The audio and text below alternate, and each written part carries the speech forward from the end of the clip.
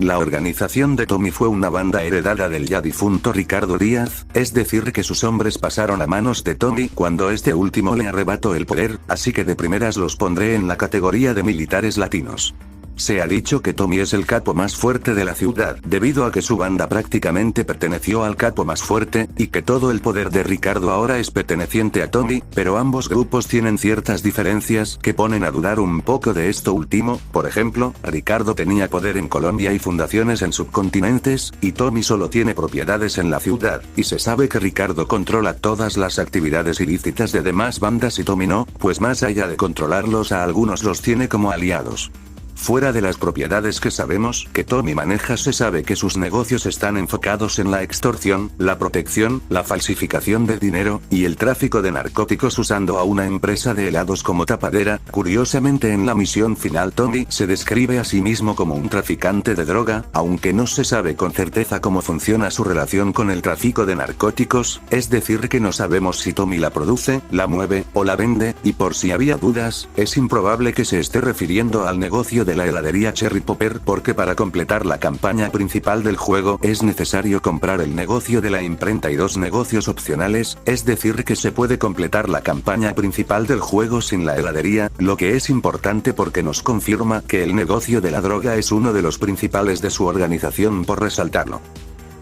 Curiosamente, la empresa de taxis a la que Tommy pasó a ser propietario, antes era perteneciente a un cartel mexicano. El único cartel que se le conoce esa nacionalidad es a la organización de Pedro García. Tommy menciona que su padre solía trabajar en una imprenta, lugar donde pasaban las tardes limpiando los rodillos e iba a seguir sus pasos al crecer. Sin embargo, este terminaría viviendo una vida diferente, posiblemente refiriéndose a su pasado como mafioso. En la misión Frigen de Rigen del Liberty City Stories, Donald Love manda a Tony Cipriani a destruir la papelera de un almacén de los Forelli porque considera que su asociación con la impresión de los votos de las elecciones puede sugerir que los votos están manipulados, lo que ha llevado a pensar a la comunidad que este lugar era donde Tommy trabajaba con su padre. Según Sony, a él no le conviene tener a Tommy cerca porque eso podría causar problemas con las organizaciones rivales, sugiriendo que su experiencia en la mafia fue muy elevada y memorable para que otras organizaciones lo vieran con esos ojos aún después de 15 años encarcelado. Según una revista hecha por Dolmen Editorial que habla del juego y describe la campaña, menciona que los negocios que Tommy compra son una fachada que usa para el lavado de dinero, y que en la jerarquía mafiosa de los Forelli, Tommy fue ascendido a capo de la mafia, aunque estos dos datos habría que tomarlos con pinzas puesto a que esta revista no fue hecha por Rockstar Games sino por una editorial ajena.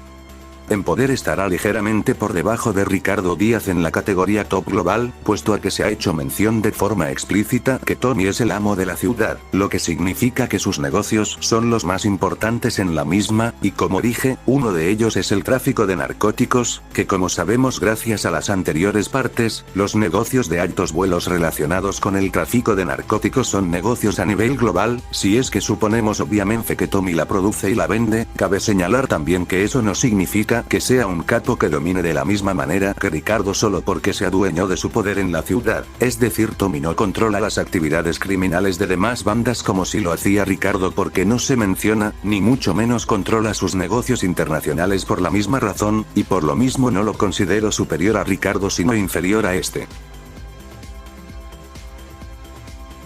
El cartel Vance fue un cartel fundado por los hermanos Vance para solventar los gastos económicos de su tercer hermano Pete, que inició después de que Víctor fuera expulsado del ejército de Vice City. Se sabe que ambos hermanos son dominicanos porque Víctor menciona que su padre llegó a Vice City desde la República, aunque en la revista de Brady Games dice que es un soldado estadounidense, haciendo referencia de que su padre fue dominicano pero su madre fue americana, y siendo Víctor al igual que Martínez un soldado dominicano estadounidense. Algo que se desconoce es el rango de Víctor en el ejército. Se suele creer que solo es un soldado convencional al no haber mucha información. Sin embargo, un oficial desconocido y Jerry lo nombran cabo, el cual es un rango superior al de un soldado convencional y es el primer escalafón de mando en la jerarquía militar, situado inmediatamente superior al soldado o marín y por debajo del sargento, actuando como líder de una escuadra o grupo pequeño, encargado de supervisar y entrenar al personal alistado. Por la comunidad se dice que los negocios antes pertenecientes a los hermanos Vance pasaron a ser propiedad de Ricardo cuando los hermanos abandonaron la ciudad. Sin embargo, eso es algo que no se sabe, pues fuera de especulaciones nunca se ha dicho que fue de esos negocios o si terminaron a manos de Ricardo, y solo es una hipótesis que se dice para responder a la incógnita ya dicha. En la última misión Lance le confiesa a Víctor que le robó unos kilos de droga a Ricardo para que ellos la pudieran vender tiempo después, lo que ha llevado a pensar que gracias a esto Ricardo orquestó la emboscada del intercambio en venganza. Sin embargo, es improbable que Ricardo haya hecho dicho ataque por venganza, pues es más creíble decir que este nunca tuvo conocimiento del robo de su mercancía o de saber quién fue el que le robó, pues de ser el caso Ricardo hubiera matado a Lance cuando este regresó a trabajar con él, y aparte de esto, nunca se mencionó que Ricardo haya cometido dicho acto por venganza, sino que lo hizo para lucrar con los negocios de los demás como tiende a hacer. Se desconoce qué fue de los hermanos durante este lapso de tiempo entre el Vice City Stories y el Vice City. Se supone que dejarían el mundo delictivo como Víctor le dice a Lance, pero tiempo después descubriríamos que regresarían para un intercambio, pero antes de esto, un diálogo eliminado de Ken Rosenberg menciona que el cartel Vance ha estado operando desde México y con una granja en Panamá que yo teorizo que usan para producir sustancias ilícitas. Se puede teorizar que Lance convenció a Víctor de volver a delinquir como ya lo llegó a hacer antes con la intención de satisfacer las ya conocidas necesidades ambiciosas de Lance, pero fuera de estas hipótesis, se desconoce exactamente del por qué volvieron. Las descripciones de ambos hermanos en la revista de Brady Games y El Árbol del Crimen dicen lo siguiente. Vic es un soldado estadounidense de 28 años, completamente limpio, sin antecedentes, se unió al servicio para ayudar a mantener a su familia, especialmente a su hermano enfermo, que necesita atención médica continua. No debe confundirse con su hermano egoísta e intrigante, Lance Vance. El inexorable impulso de Vic por mantener a su familia es su debilidad, y la promesa de dinero fácil y supuestos amigos son el catalizador de su corrupción. El hermano errático, necesitado, mentiroso, conspirador y completamente idiota de Vic, Lance quiere desesperadamente ser el hombre de la familia y tiene la intención de mentir, robar y engañar para llegar a esa posición.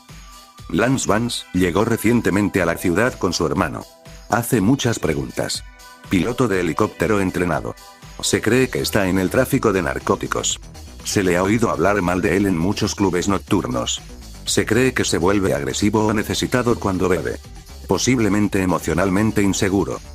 Pondré al cartel Vance a la par de los moteros y los Sharks en ambas tiers dado a que esta organización es rival de estas organizaciones, tal vez incluso superior si suponemos que Víctor sea dueño de todos sus negocios, pero al ser algo opcional por el jugador no se podría afirmar con certeza, pero de cualquier forma es igualmente inferior al cartel Díaz y al cartel Méndez, quienes son las organizaciones más fuertes durante 1984. Los hermanos Méndez fueron unos de los principales capos de la droga durante 1984, fungiendo como los principales rivales de Ricardo Díaz, pues la descripción de Ricardo en la revista de Brady Games nos confirma que tanto su cartel como el de los Méndez son los más fuertes en la ciudad. La descripción de ambos hermanos en esta revista dice lo siguiente. Dos de los tres traficantes de cocaína más ricos de Vice City. Tranquilos, serios, despiadados. Diego rara vez habla.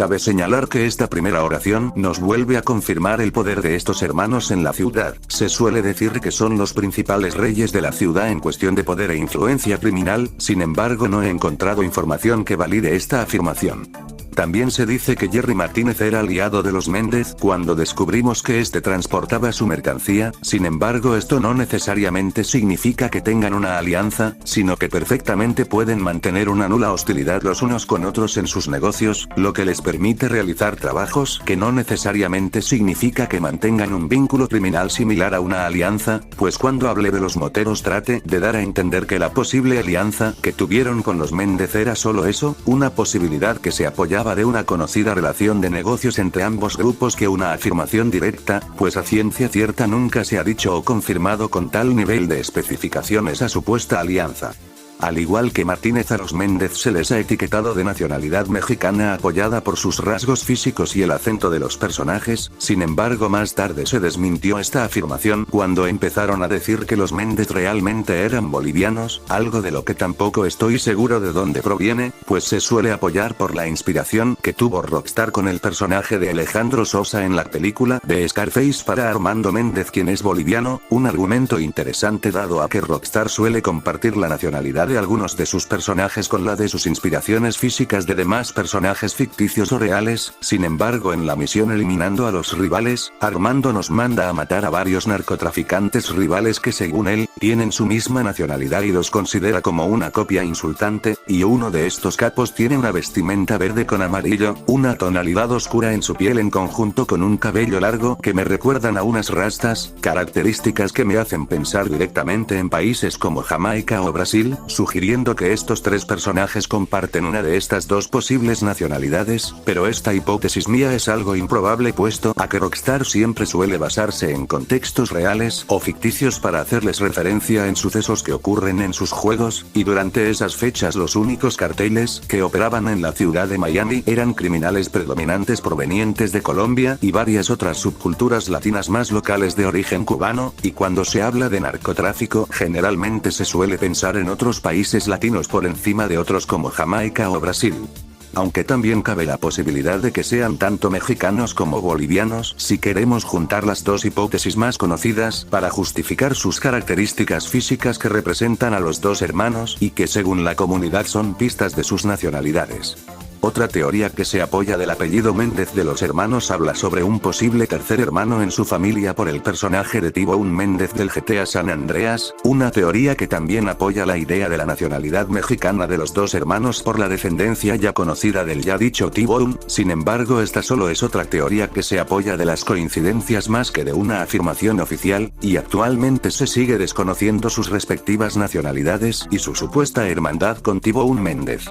Tanto Armando como Diego son seguidores de filosofías griegas, siendo Diego platónico, una ideología que establecía que el conocimiento y la búsqueda por el idealismo de los valores es la vía a la virtud, mientras que Armando es aristotélico, planteando conocimiento en base a experiencias racionales de la vida. Esto es muy curioso porque nos dice que mientras Armando vive abrumado por su triste realidad y viviendo racionalmente en sus experiencias y vivencias, Diego es más ideal y tiende a ver las cosas superficialmente sin la necesidad de afrontar la realidad y evitando así sufrimiento, dando a entender que es un personaje introvertido que aparentemente no ha vivido mucho, posiblemente explicando así su actitud callada y poco sociable cada que se le ve, y siendo Armando el único con quien aparentemente mantiene confianza por ser su hermano. Se entiende que los Méndez son utilitaristas, viendo el bien en las decisiones que beneficien a la mayoría sobre la minoría, llevándolos a inculpar a aliados suyos con tal de beneficiarse en base a esta ideología. Esta misión también nos muestra que pese a todo el poder de los Méndez, ambos hermanos no poseen mucho control en las autoridades, pues tuvieron que recurrir a inculpar a los hermanos Vance y a robarles su mercancía para evitar problemas y recuperar su producto, al mismo tiempo que Jerry se pudo dar la libertad de recurrir a la DEA para estar a salvo de los Méndez, pues el mismo Armando los reconoce como un problema que los hermanos Vance le trajeron.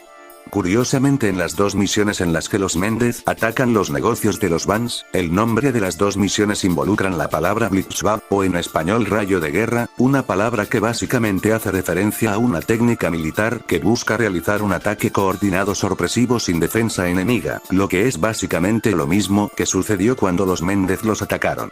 En una misión más tarde, Diego Méndez trataría de matar a Renny por haber presentado a Víctor con Ricardo Díaz, y revelando que ambos personajes mantuvieron una relación amorosa, lo que es gracioso porque sabemos que el sexo original de Renny es el de un hombre, indicando que Diego es homosexual. Aunque los Méndez son considerados como los capos más fuertes de Vice City y incluso superiores a Ricardo Díaz en cuestión de poder, nunca he encontrado algo que valide esto dentro del juego, pero claramente es bien sabido que son una organización muy fuerte junto a Ricardo al ser bandas rivales, así que los pondré a la par. En la tier de letalidad los pondré por encima de todas las bandas conocidas del 84, pues Ricardo mencionó que atacar el edificio de Diego de frente sería una mala apuesta y sería más inteligente atacar por aire que por tierra, aun cuando sabemos de lo capaz que es Víctor enfrentando a otras bandas, además de que sabemos que a Víctor no le agradaba entrar en conflicto con los Méndez a diferencia de otras organizaciones a las que combatió, y eso se ve reflejado en los dos ataques que los Méndez hacen a sus negocios en los que los hombres de Víctor no los pueden defender, demostrando superioridad a los Vans. Hola, aquí el Jason del futuro para corregir un detalle. En la segunda ocasión en la que los Méndez atacan los negocios de los Vans, nos enteramos que Humberto y Phil fueron aliados contactados por Lanos para que estos los ayuden a defender los negocios, y sabemos por el árbol del crimen que Humberto no participa en estas actividades, indicando que este recurrió a su banda para ayudar a Víctor, lo que se entiende a que los cubanos pudieron repeler estos ataques de los Méndez en lo que estos tres defendían el resto de los negocios, si bien es cierto que se puede intuir que Phil también les ayudó mutuamente compartiendo los combates, también se puede dar la interpretación de que ambos combatieron por separado para defender a más negocios antes del cumplimiento del tiempo límite que la misión da, lo que se traduce en que Phil y los cubanos de 1984 estarían por encima de los hermanos Méndez en esta tier por defender los negocios de Víctor en uno o unos enfrentamientos, y coronando a los Méndez como la organización más letal de enfrentar sin contar a los cabrones o al mismo Phil Cassidy. Y antes de que se me olvide, un detalle menor sobre la relación de Renny y Diego, nos revela que dicha relación terminó porque Diego hablaba demasiado, lo cual es curioso y raro porque sabemos que este personaje no es muy hablador por lo que nosotros como jugadores vemos en el juego. Los Forelli fueron una mafia de Liberty City que cronológicamente hizo su primera aparición en Vice City Stories, tratando de matar a Phil Collins en respuesta de no haber recibido los 3 millones que su manager le debía. Más tarde sabríamos que el mafioso que estaba detrás de estos movimientos se llamaba Giorgio, personaje que más tarde volvería a ser mencionado en el Vice City original, describiéndolo como el primo de Sonny, a quien iban a meter a prisión por fraude en la ciudad, por lo que la mafia envía a Tommy a intimidar al jurado para dejarlo libre. Su descripción en el árbol del crimen dice lo siguiente: criminal italoamericano. Actualmente el caso va a juicio. Se cree que la condena es segura. Relacionado con la familia del crimen organizado de Liberty City. Travesti. El árbol del crimen dice lo siguiente sobre Sonny Forelli. Jefe de la familia criminal Forelli. Importante familia criminal en Liberty City. Se cree que tuvo una gran influencia en el crimen organizado, el juego, los problemas sindicales, la corrupción y la prostitución. Llegó al poder joven. Se cree que ordenó varios asesinatos de la mafia, incluido el incidente de Arulu. Solo se han presentado cargos menores. Se cree que estaba interesado en entrar en el tráfico de narcóticos, tradicionalmente una zona prohibida para la mafia de Liberty City.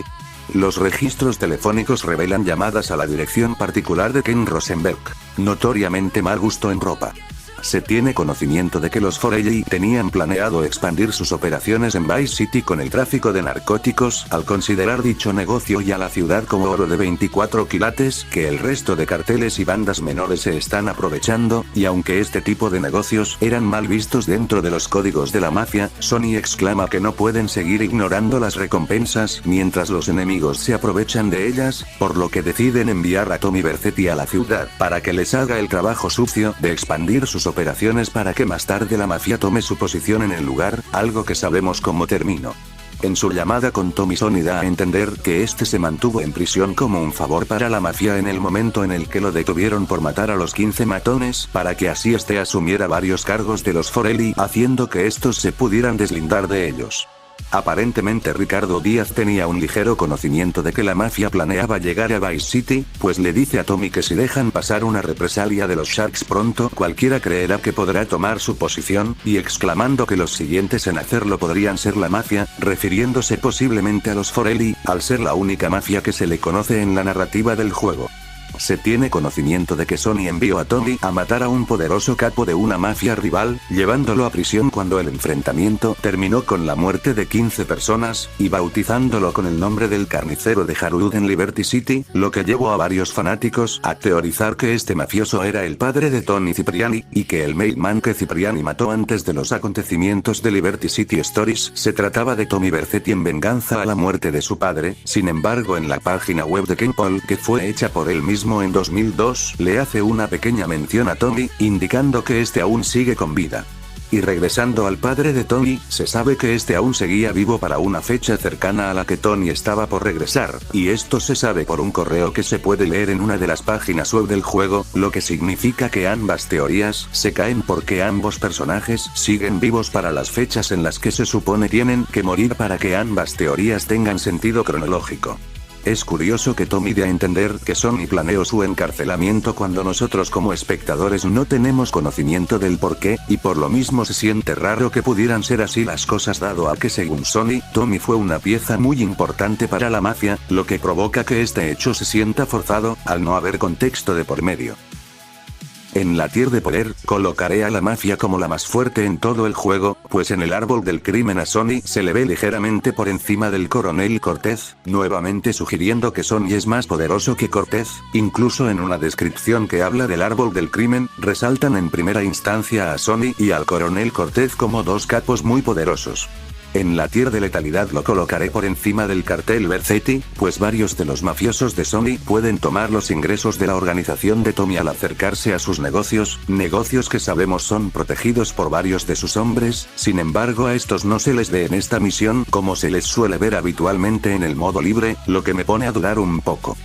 Bueno, aquí otra vez para corregir otro detalle. Resulta y acontece que algunos miembros de la banda de Tommy tienen acentos ingleses y gringos al hablar, más no acentos latinos, lo que implica que esta banda en realidad es una mafia más no un cártel, y nos confirma que estos miembros no fueron pertenecientes en un inicio al cártel de Ricardo Díaz, lo que es importante porque nos confirma que en la tier de letalidad, tanto a la mafia Vercetti como a la mafia Forelli se les desconoce su nivel de habilidades con armas, por carecer de datos que nos ayuden a calificarlos en ese ámbito.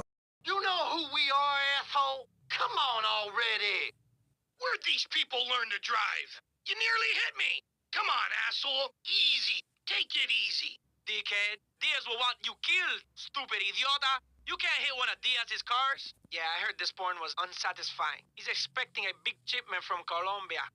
Yeah, the one too. ¿Qué pasó, man? Hey, ¿qué pasó, man? Y ya, eso ha sido todo por esta trilogía de vídeos. La verdad quedé bastante satisfecho por la realización de estos materiales, aportando información más que relevante y no muy conocida sobre las bandas y capos de ambos juegos, pues fueron meses y años enteros de mucha investigación por parte mía y demás usuarios de esta plataforma para dar a conocer toda esta información. No creo hacer un video similar hablando de las bandas del San Andreas, porque no me considero la persona adecuada para hablar de eso. Así que si todo sale bien posiblemente llegue el día en el que hable de las bandas del universo HD como tanto he querido hacer, que incluso al día de hoy, en mis 4 años como creador de contenido y fanático de la saga GTA, no he llegado a explorarlo completamente, así que probablemente sea lo único que no se llegue a ver antes de la salida de GTA 6 XD. En fin, no me queda nada más que agradecerles a todos aquellos que están viendo el video por ver esta trilogía de vídeos. Muchísimas gracias por llegar a esta parte, muchísimas gracias por tomarse la molestia de ver 1 hora de mi contenido, muchísimas gracias a la gente que me vio desde el video de las bandas de Liberty City, muchísimas gracias a los que se pasaron, aunque sea de forma casual y no me sigue desde hace mucho, pero muchísimas gracias a los usuarios que se ven en pantalla por sus grandes aportes a la comunidad, y permitir que estos vídeos pudieran salir a la luz por dichos aportes. De verdad, muchísimas gracias a Mr. T, al Mono Loquendero, a Not, a Randall Flagg y a Jinsen, que a pesar de ser medio jodedor, a veces nos apoyaba con cosas interesantes. Para ser honesto, estos vídeos son el resultado de una fuerte pasión y cariño que yo y todos estos usuarios le tenemos a esta saga, al ser el universo 3 de la era de Rockstar que más hemos investigado. De nuevo, muchísimas gracias a todos los presentes y posiblemente a los no presentes que vean o no este video, pues aunque ya hayan pasado años y cada quien ya sigue con su vida hablando de otro tipo de contenido diferente, ese tiempo no se olvida y quiero que sean conscientes, aún en la ignorancia, que les agradezco de todo corazón ese tiempo